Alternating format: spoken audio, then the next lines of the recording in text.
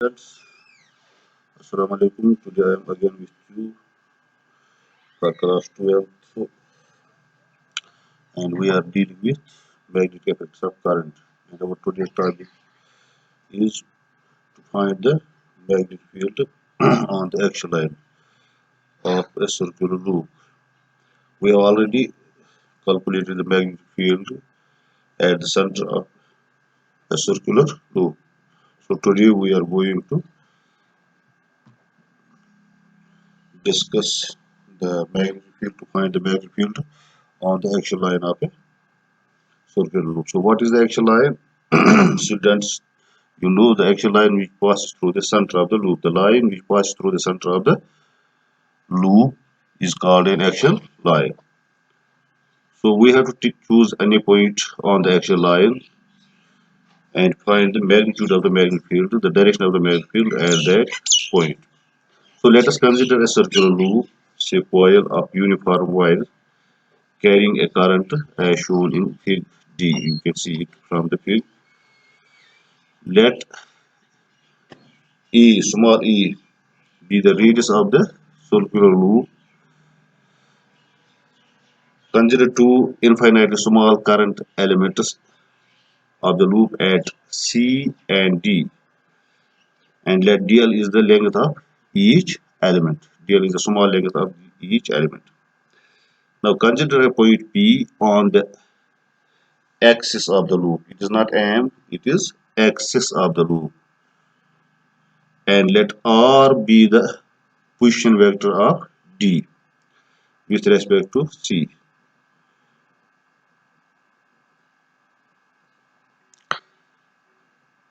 So R is the position vector of point P with respect to C and D.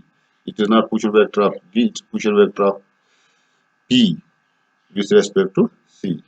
The direction of the field at point P is perpendicular to both dl and dr.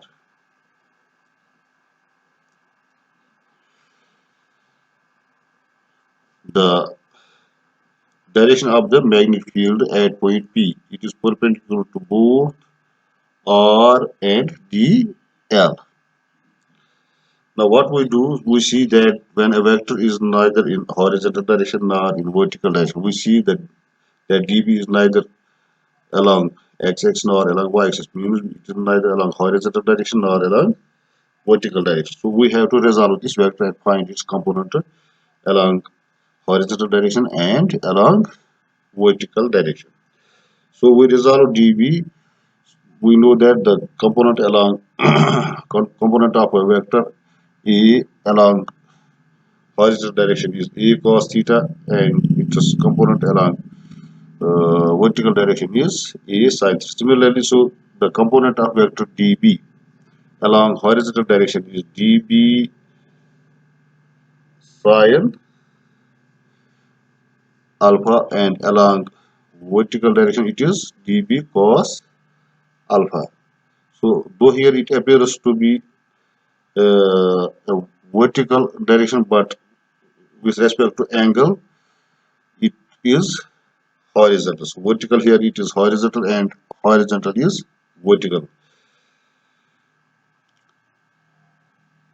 Similarly, when we resolve dB into two rectangular components, dB sin alpha, this is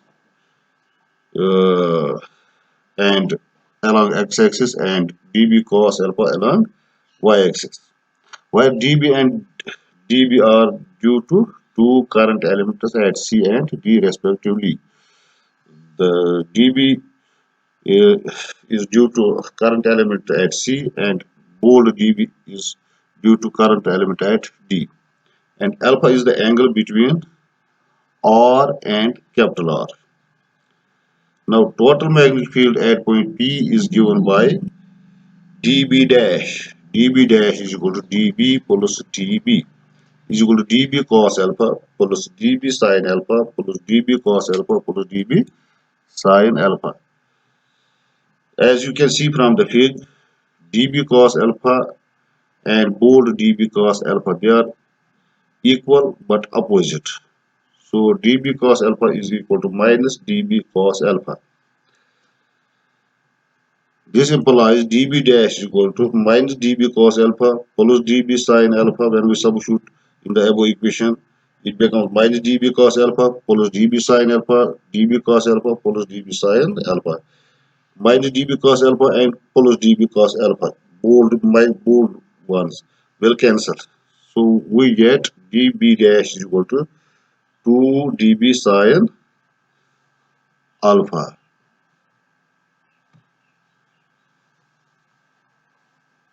This implies dB dash is equal to dB plus dB means dB dash is equal to 2 dB sin alpha, where dB is equal to dB sin alpha due to current element C, and bold dB is equal to dB sin alpha is due to the current element at D. Now, according to Bayes-Savart law, dB is equal to dB mu naught upon 4 pi I dl in cross product R divided by R square, R cube. This is in vector form. This is Bayes-Savart law in vector form. We have calculated it already in the previous class. So the magnitude of this is given by dB is equal to mu naught upon 4 pi I dl sin theta by R square. The angle theta between R and dl is 90 degrees. You can see from the figure it is 90 degree. So dB will be equal to minus mu naught upon 4 pi I dl R square, because sin 90 is equal to 1.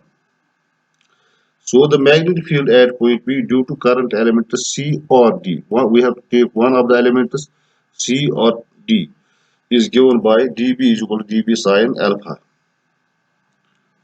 Because due to both the current elements it was twice dB sin alpha, due to one current element C it is dB sin alpha, or due to one current element D it's again dB sin alpha. So dB is equal to dB sin alpha, which means dB is equal to mu naught upon 4 pi I dl by R square sin alpha. Now we have to find the value of dl and sin alpha and R, capital R. The magnitude of the total magnetic field B at point P on the axis of the loop is given by, we have to integrate the above equation. So it is B is equal to dB mu naught upon 4 pi I dl by R square sin alpha.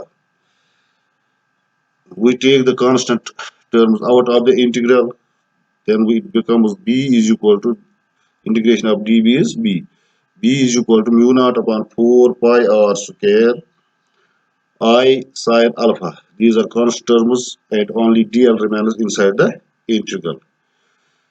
So what is dl? dl is the total length of the circular loop. So since it is in the form of a circle, so the total length will be equal to the circumference of the loop, that is 2 pi a, where a is the radius of the loop. So dl is the total length of the circular loop, which is equal to the circumference of the circular loop, that is 2 pi a. So this implies B is equal to mu naught upon 4 pi R square I sin alpha into 2 pi a. This implies when we cancel the similar terms and 4 and 2, take the count factor of 4 and 2, pi and pi will cancel, then B will be equal to mu naught upon 2 R square I a sin alpha. Let us denote this equation by 4. From the figure, see from above you can see from the figure, by using Pythagoras theorem, capital R square will be equal to a square plus small r square. You can see it from the figure when it becomes a right triangle. So capital R square will be equal to a square plus r square. This implies r is equal to under root of a square plus r square, or r is equal to a square plus r square raised to the power 1 by 2. Similarly, we know that sin theta is equal to perpendicular by hypotenuse. From the triangle, you can also see sin alpha will be equal to a by r, capital R, which in terms of a by r, then it will be equal to a by r. We have calculated the value of capital R above, so it will be a by under root of a square plus r square h power 1 by 2. When we substitute these values in equation 4, we get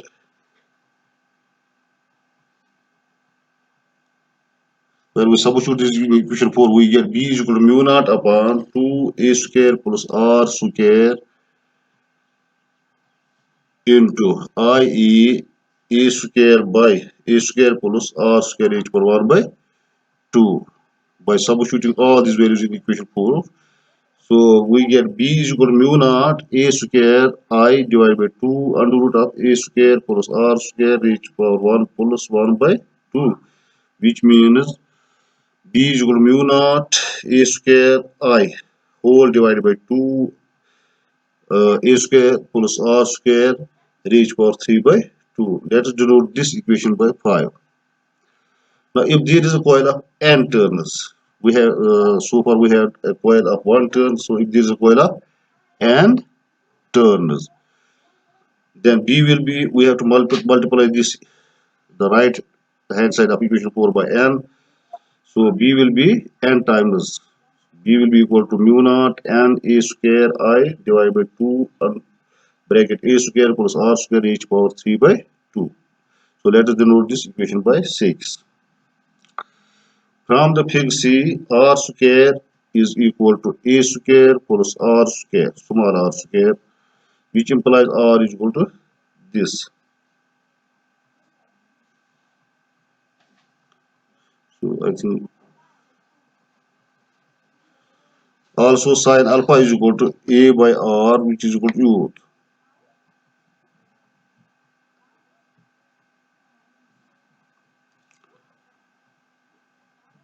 Now special cases. When point P lies at the center of the coil, then r is equal to 0. You can see from the figure, small r will become equal to 0 if we bring point P to and place it at the center of the coil, that's at point O. When we bring point P to point O, then small r becomes 0. So that equation 6 becomes b is equal to mu naught n a square by I 2 a square raised power 3 by 2, because r is equal to 0. This becomes mu naught n a square I by 2a cube. A square and 2 out of a cube will cancel. So b will be equal to mu naught n I by 2a. You can see when we calculated the magnetic field at the center of the loop, that was the same as here. That is b is equal to mu naught n I by 2a, because when we bring point P to at the center of the loop, we get this expression. So this is the same expression which we have calculated already when we calculate the magnetic field at the center of the loop. Now in case second, when point P lies far away, when it is very far away from the center of the coil, then r is very large, small r is very large, and a will be negligible. A can be neglected compared to r. So that time when a is neglected, that means a becomes almost to 0. B will be equal to mu naught n a square I by 2 r square h power 3 by 2 is equal to mu naught n a square I by 2 r cube, which implies b is equal to mu naught n a square I by 2 r cube into pi by pi. Let us multiply this equation by pi by pi, so that we get mu naught is equal to n pi a square I by 2 pi r cube.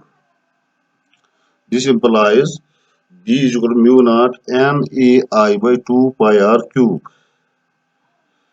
where pi a square is the area of the circular loop, where pi a square, we know that the area of a circle is equal to pi r square. Instead of r we have a, radius of circle is a small a, so pi a square is equal to area of the circular loop, which is denoted by capital E. So b is equal to mu naught n a I by 2 pi r cube, which implies b is equal to mu naught m, capital M, by 2 pi r cube, where m is equal to n I a is equal to magnetic dipole moment of loop. The direction of B is perpendicular to both R and loop. Okay, thank you. See you again tomorrow.